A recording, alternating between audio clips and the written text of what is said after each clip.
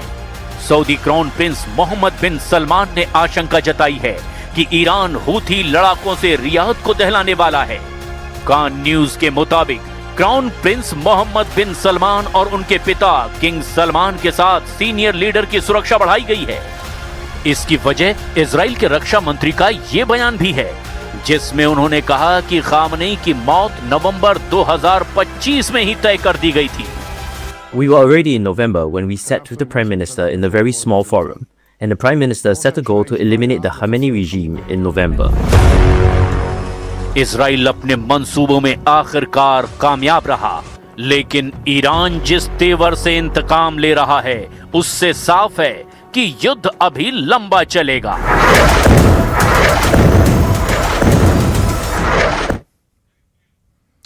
और